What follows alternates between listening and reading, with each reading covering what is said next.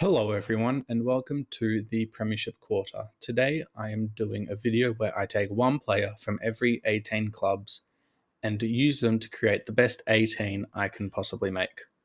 I have had this idea for a little while, since about September or October last year, and I thought why not make the video today just before preseason matches begin. And so the next few videos will be about preseason predictions for each team and their best 22s and where I think they can land for the 2024 season. So as you can see, I've got the teams here with 4 to 5 players that I think had a chance at making the team. And so that helps me think who could make it while I'm doing this. I don't have it next to me and it's just going to be off the top of my head. And I've got the teams here, the positions here that I will be filling in. So to start with, I want to try pick someone that I think is guaranteed to make the team, no matter who else is on the team with him. So someone like Nick Dacos, I think, is a pretty obvious answer. It was the Brownlow favourite for last year, and I think had he not have gotten injured, he would have easily won it and could have almost gotten 36 votes, which is the most ever for a season, which as a second-year player, stupidly impressive. Another one that I have is Sicily with Hawthorn. I think arguably the best interceptor in the game as a key position player. A very well deserved All Australian squad, and he had games where midfielders would have been proud of the numbers he put up. It was seriously impressive. I do want to start with the backline, so that's why I'm focusing there.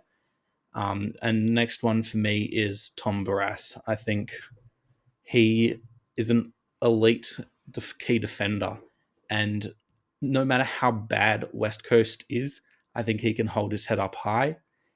Whether he makes an All-Australian team or not this year because of how bad they are is up for debate, but I think he is definitely of that caliber. Next, I think I'm going to go Sinclair from St Kilda.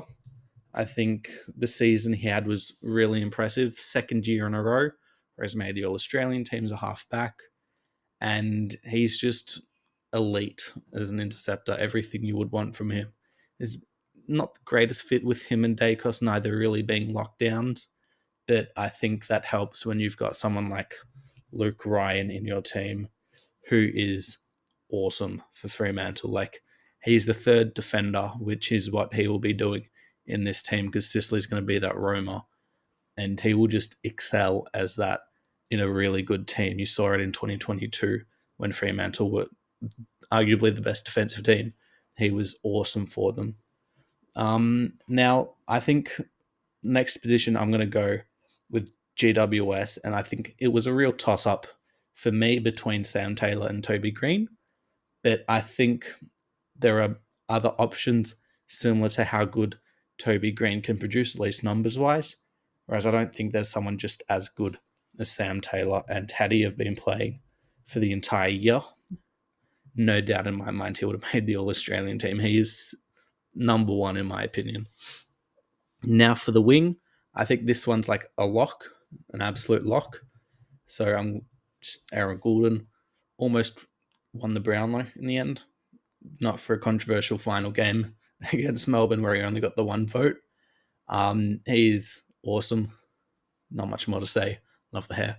On the other wing, it's tough and it's sort of out of position, so it's not the greatest, but I am going to go Jordan Dawson. The other option would have been Tex, but I think with some of the other options I have, it just wouldn't have really worked with Tex, and so Dawson was the other obvious answer. Now, in the middle for me, I have Zach Merrett. I think on a better team than Essendon, on a team that actually has focus and will win consistently, let's say in like a Sydney, for example, he could be pushing for the Brownlow. He is an awesome player, and he's, for me, one of the most underrated players in the comp. He puts up some seriously good numbers every single week. Now, I'm going to continue with the midfield here with the ruck position, and for me, it's a bit of an outside option. He's not one of the top 3, maybe even top 5 rucks, but he's consistent every week, and he gets the most hit outs. out of every ruckman in the league, and it's Jared Witts. If he played for a Melbourne team, like if he stayed at Collingwood and Brodie Grundy didn't exist, I think he'd be seen as a top 5 ruckman. But he does struggle to impact the game outside of ruck contests.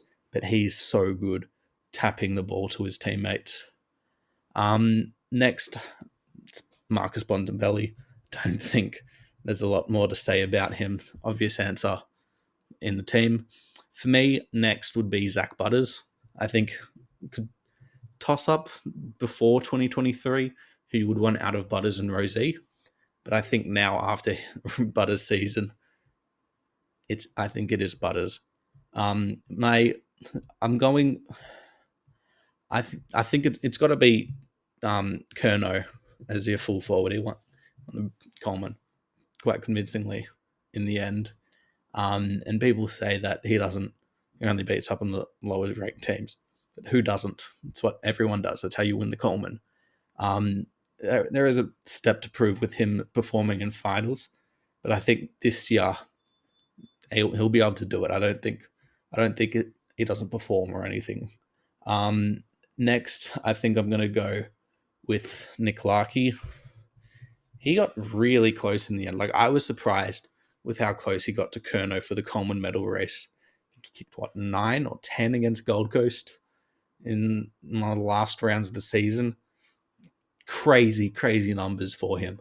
And if North can just get higher scoring games where they can just deliver the ball to him, he could kick 70 again. Like, he is just a clear number one option for them. And he's that good that he's able to capitalize, even when he gets double teamed, triple teamed even. Not sure what happened there. So I think it's those two as the real key positions. Then I'm going to go with a bit of a iffy one here. I'm going to go 3 talls. I'm going to put Jeremy Cameron in. Now, he's played as like a key forward, but he's able to roll up the ground where he can be effective going back, because a lot of key defenders aren't able to go with him fitness-wise. Like, he'll go up to a center square and just break away from the clearance, and they can't do anything about it. He's that good. And I think with Larkey as a sitting in the goal square type forward, and then Curnow as that beautiful field kicks along with Cameron, I think it works. And I think that'd be probably the best team, like, out of 3 key defenders you can possibly make at the moment. Teams we've got left. Richmond, I think probably go Martin over Bolton at this stage. Even with how good Bolton has been the last couple of seasons, he's still not the most accurate kick at goal. And I think he's more of a highlights player. And if it's like a final or something, you can't go wrong with Dustin Martin, really. 2 teams left are Brisbane. I think it's a obvious one with Charlie Cameron.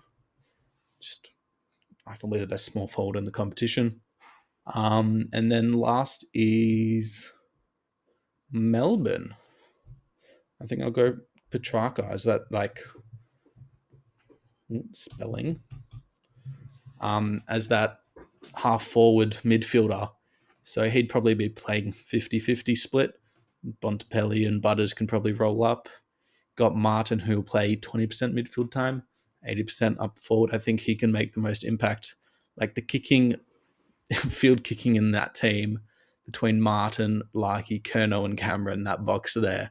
Yeah, as a defender, there's nothing you can really do. And then I think the team works like that. So yeah, that's it. If you enjoyed the video, please like and subscribe. Drop your team in the comments. It'd be great to see, react to yours. And yeah, I'll see you in the next video.